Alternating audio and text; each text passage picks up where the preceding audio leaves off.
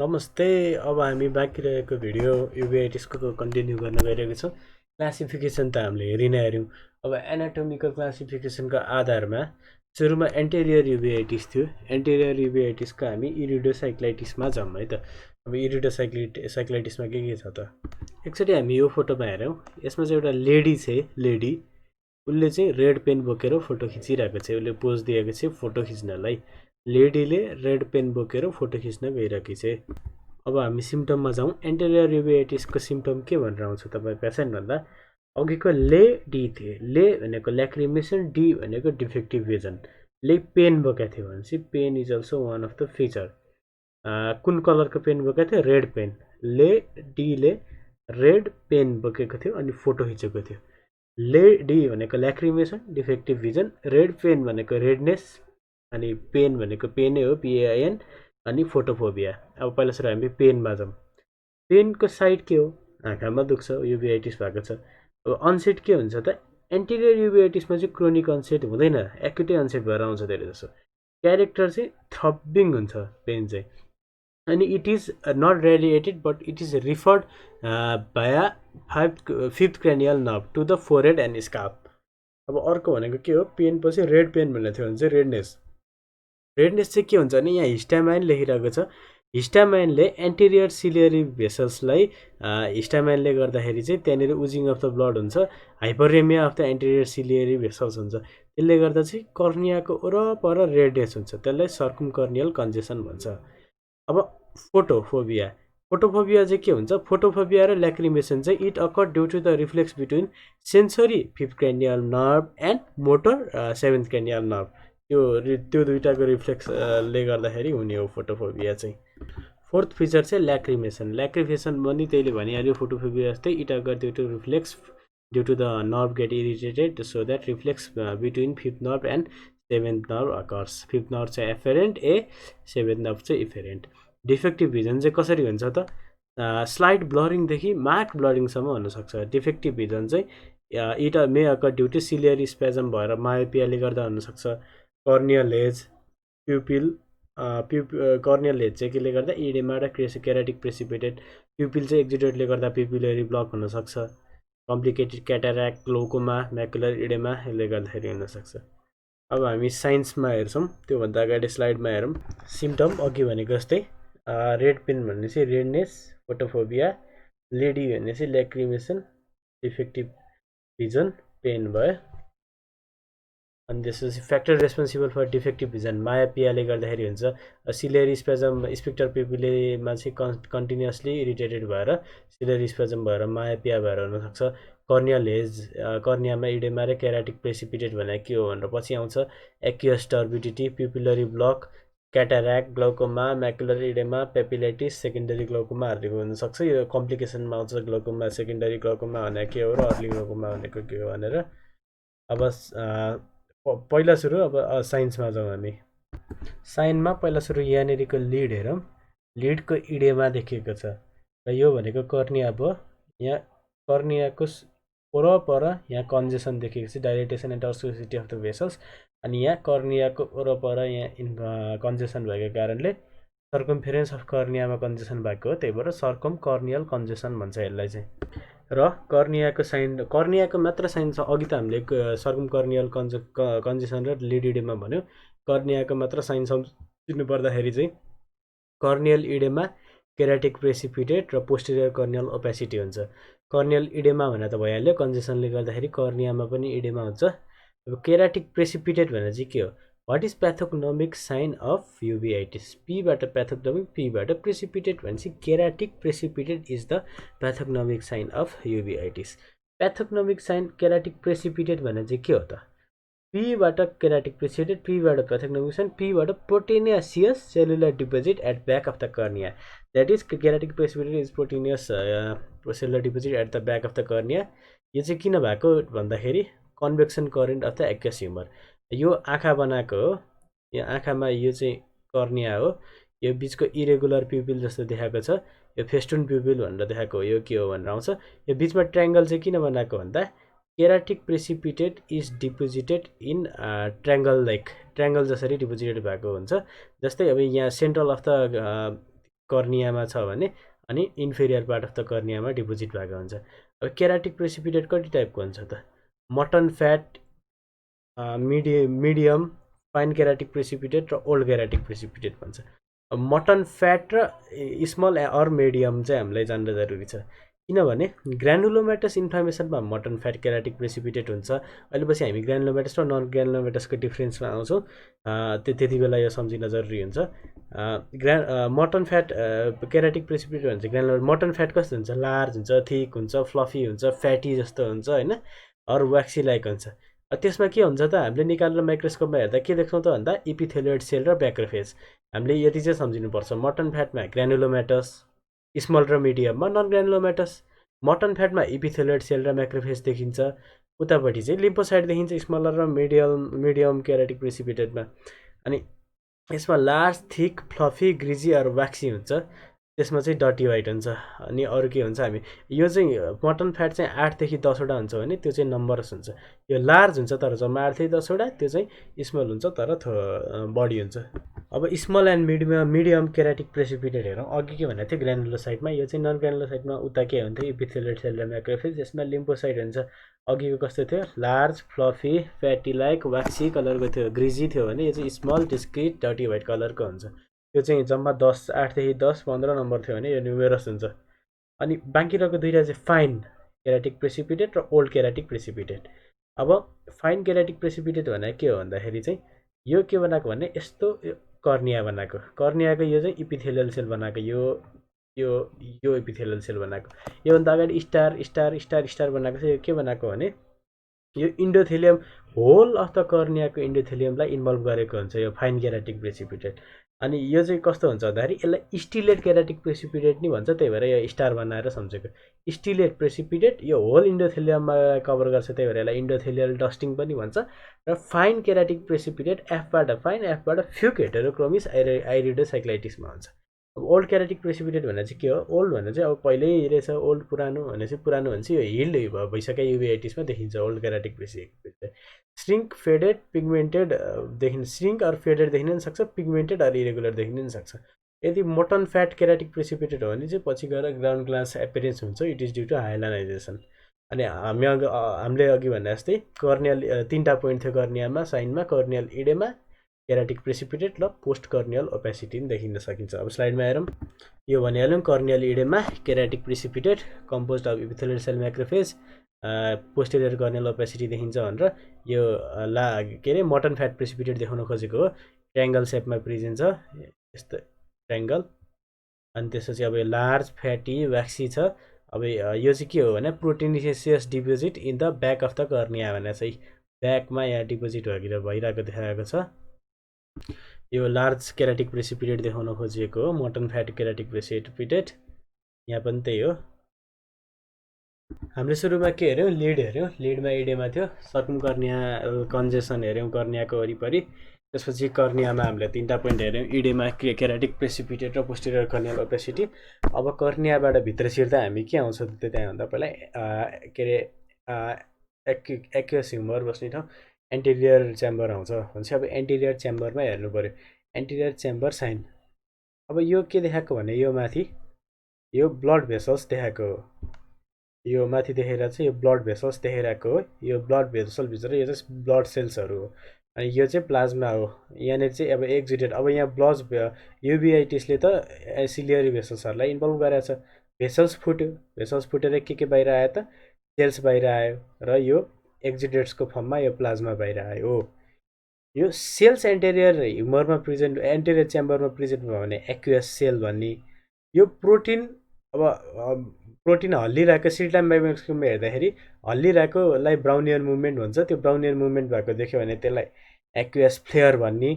र यो एक्जिटेड चाहिँ एकदम हेभी भएर मुनि सेटल गऱ्यो भने यसलाई हाइपोपायन भन्ने। भनेपछि 3टा पोइन्ट के रहेछ एन्टेरियर च्याम्बरमा? एक्युएस सेल, एक्युएस फ्लेयर, अनि त्यसपछि हाइपोपायन। अनि बाँकी रहेको 5वटा पोइन्ट हुन्छ। यसमा चाहिँ 3टा पोइन्ट यो भयो।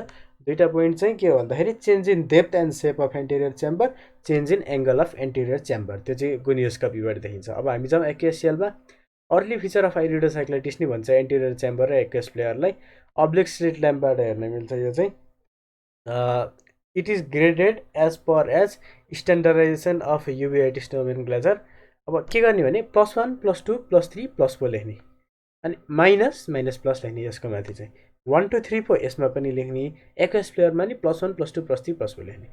यसको माथि चाहिँ माइनस र माइनस प्लस अनि एक्वेस प्लेयरको 1 2 3 4 को माथि चाहिँ 0 लेख्ने, माइनस र माइनस प्लस नलेख्ने। अब पहिला सुरु हामी एक्वेस सेल्समा जाउँ। एक्वेस सेल्समा के हुन्छ त माइनस भनेको less than 1 cell, minus plus भनेको less than 5 sale.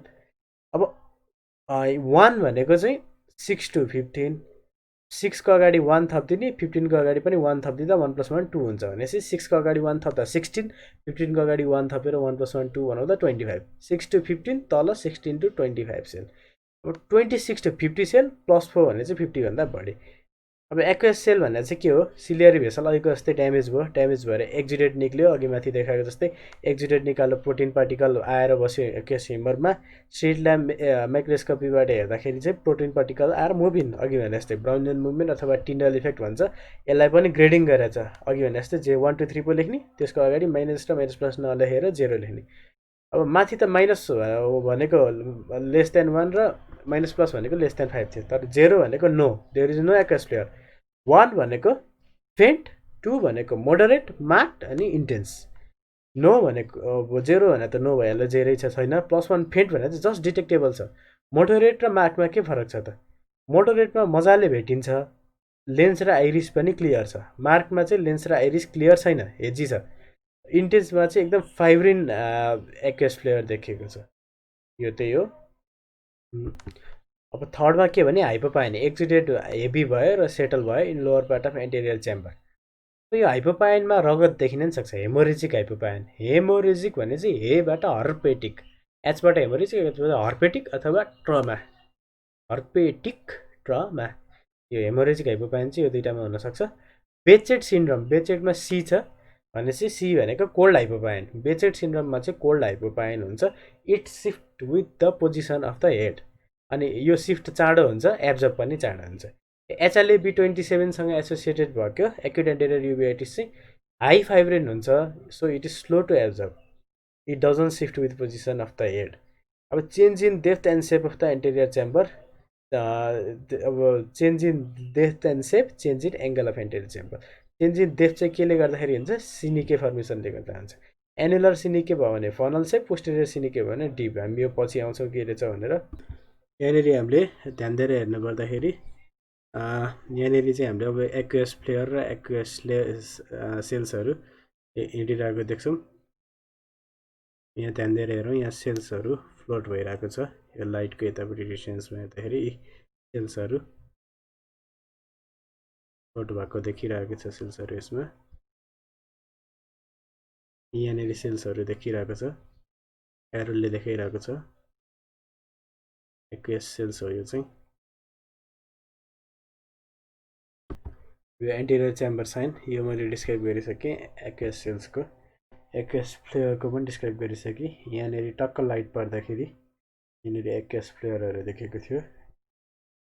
Change in depth and shape and change in angle पनि हुनसक्छ। हामीले यो फिगरमा चाहिँ के देखाएको छ भने कर्नियाको वरपर यहाँ कन्जेसन भएको देखाएको छ। यसलाई सर्कुम कर्नियल कन्जेसन भन्छ, रातो रातो।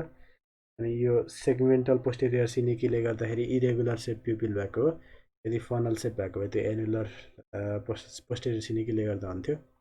यो फेस्टुन प्युपिल भन्छ यसलाई। अब हाइपोपाइन, यहाँनिर एक्जिडेटहरू एक्वेस फ्लेयर र एक्वेस सेल त हामीले भिडियोमा देखिहाल्यौँ। यसमा चाहिँ यो यहाँ तल हाइपोपाइन देखिएको छ, एक्जिडेट हेभी भएर सेटल भएको छ। यो चाहिँ हाइफेमा देखाउन खोजेको हो। हेमोरेजिक हाइपोपाइन भयो भने त्यो चाहिँ अब हर्पेटिक अथवा ट्रमामा हुन्छ भनेर डिस्कस गरिसक्यो हामीले। अब हामी आइरिस साइनमा आउँ। आइरिस साइनमा चाहिँ के हुन्छ भने loss of normal pattern of the iris हुन्छ।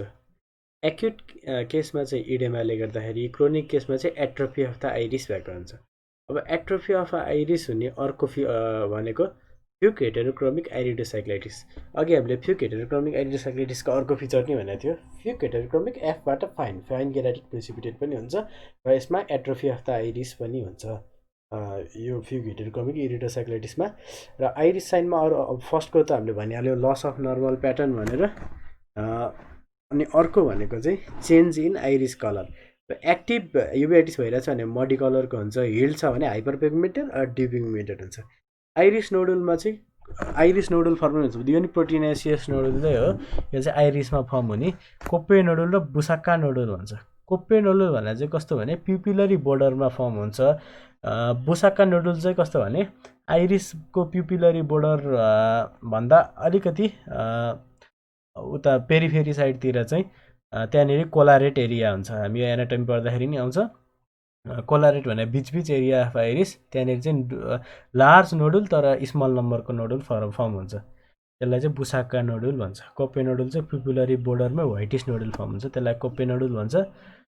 पोस्टेरियर सिनिके फर्मेसन चाहिँ के हुन्छ भन्दाखेरि पोस्टेरियर सिनिके भनेको के हो त भन्दाखेरि anterior surface of the lens र posterior surface of the iris attach भयो भने त्यसलाई पोस्टेरियर सिनिके भन्छ।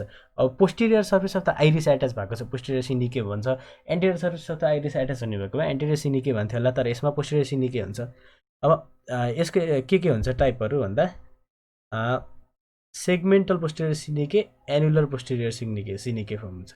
सेगमेन्टल पोस्टेरियर सिनिके भने चाहिँ के हो भने एट सम पोइन्टमा मात्र त्यो एट्याच भएको छ, एसएटी हुन्छ। एसएटी भनेको के भन्दाखेरि पोस्टेरियर सिनिकेको टाइप, एस भनेको सेगमेन्टल पोस्टेरियर सिनिके, ए भनेको एनुलर पोस्टेरियर सिनिके, टी भनेको टोटल पोस्टेरियर सिनिके।